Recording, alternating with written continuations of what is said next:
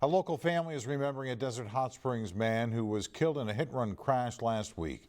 It happened just after 8 last Wednesday night. Police say 58-year-old Paul Nava was crossing the street at Palm Drive and Kauai Avenue when he was hit by a car. Police say the driver took off and Nava died of his injuries on scene. The search for the driver continues tonight. News Channel 3 Samantha Lomiba live in studio now with more on how his family is remembering him and also trying to raise awareness so no one else has to go through this again. Samantha. John, tonight marks 1 week since Paul Nava died after being struck by that car. A Coachella Valley native, his family telling me he was loved by many people throughout the community, and they're hoping the driver involved steps up and takes responsibility for their actions. I just couldn't believe that someone would just hit him and drive off. I didn't want to believe that it was him. Paul Nava's wife, Sherry Miller, told me she last saw her husband the morning before he died.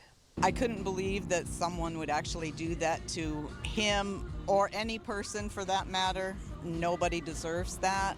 Heartbroken that after 33 years of marriage, the love of her life was taken so soon. He was just caring and gentle. He had a rough outside, but he was just a gentle giant. He was a teddy bear inside.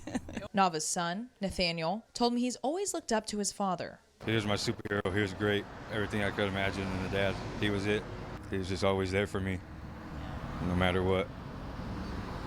I'm just going to keep going to make him proud.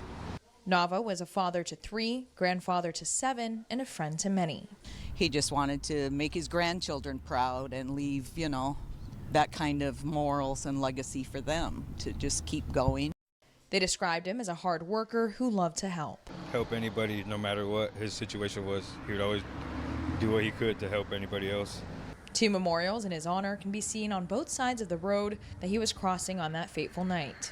Just about every day I come up, and I know he's not here, but I come up just to let him know that I'm here. It just shows how much he was loved and cared for and thought about, that everybody knew him, everybody thought about him. Miller believes this street can be dangerous with its low lighting and cars speeding, and urges people to pay extra attention when driving at night. More lighting and more posted speed limits or crosswalks, marked crosswalks even, if that would help. And she hopes that the driver responsible comes forward. And how they can just go on knowing that they took someone's life and they don't get to see their family anymore or see their grandchildren grow up and participate in lives anymore.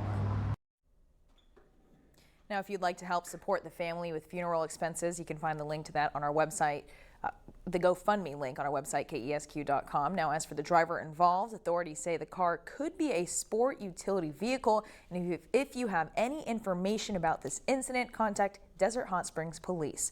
Live in studio, Samantha Lomiba, News Channel 3. Thank you, Samantha.